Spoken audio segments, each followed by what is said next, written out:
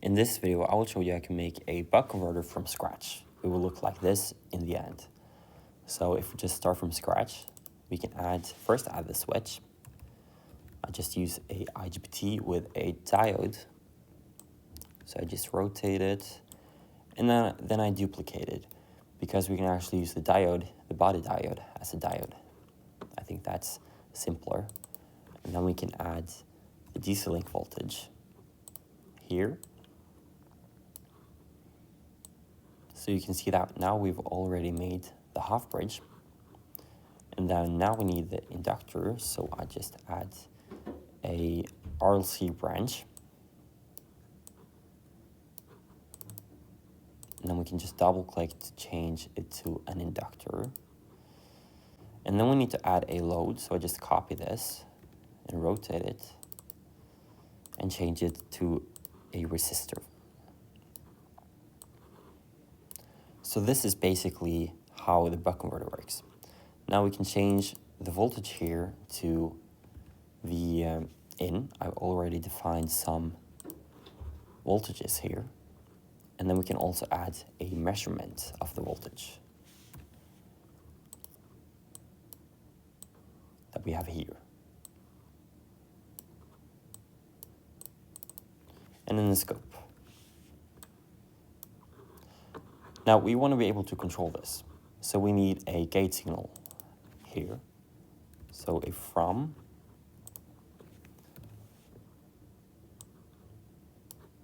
and connect it there. And then we need to, so let's call this S, because it's the gate signal that we have here. And then we need to generate the gate signal. So we do that with a triangular waveform. And repeating sequence, there it is. Now we have to set it as a triangular waveform. So I will just add some time values. So after half a period, which is 0.5 divided by the switching frequency, and also a point after 1 period. And then after half a period, we want it to be 1, and after 1 period, we want it to return back to 0. So then we get a triangular waveform. And then we can add a relational operator, because we want to compare the duty cycle. For now, we'll just set it to 0.75. And then we can insert that into the comparator. Now, the comparator works that if we have it like this, when the duty cycle is larger than the carrier, it gives 1, which is exactly what we want. So now we can try to run this for 1 second and see what happens. And now we miss the power GUI, so we need to add that. Power. And then we can try to run it. And this gives not the correct what we want.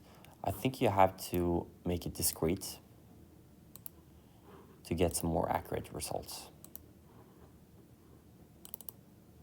Let's see. Yeah, then it works. So now you can see that on average, we have a voltage, output voltage of 75. So you can see that it works. And we can actually add some more measurements here. So you can look at the modulation voltage as well.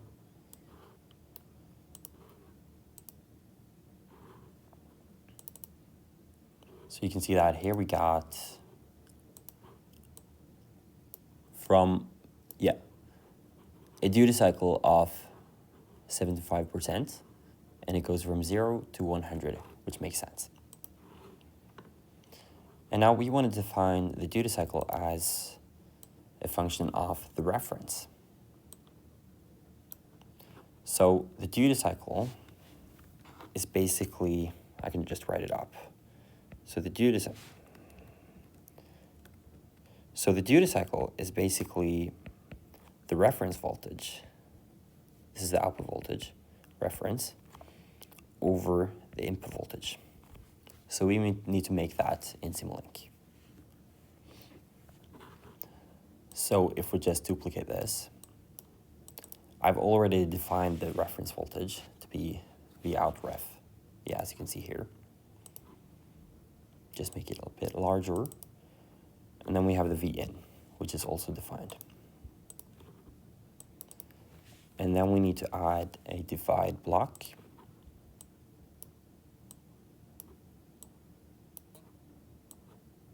Like this.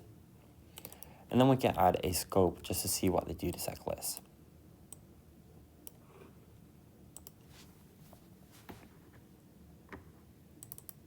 So now you can see that it's the same as before.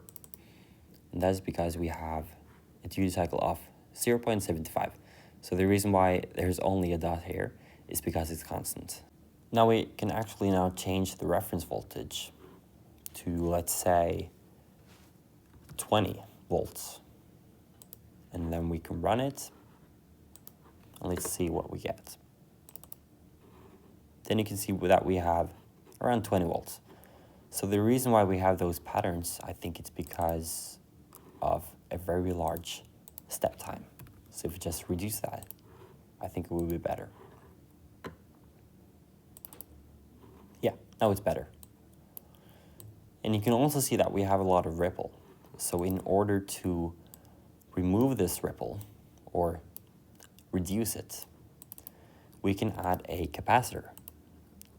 Let's say we have 1 millifarad.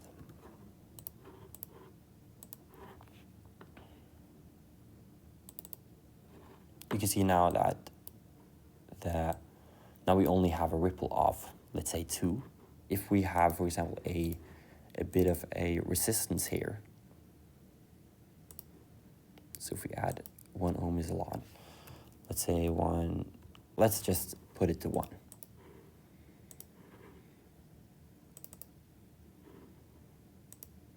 Then you can see we could get 10 volts.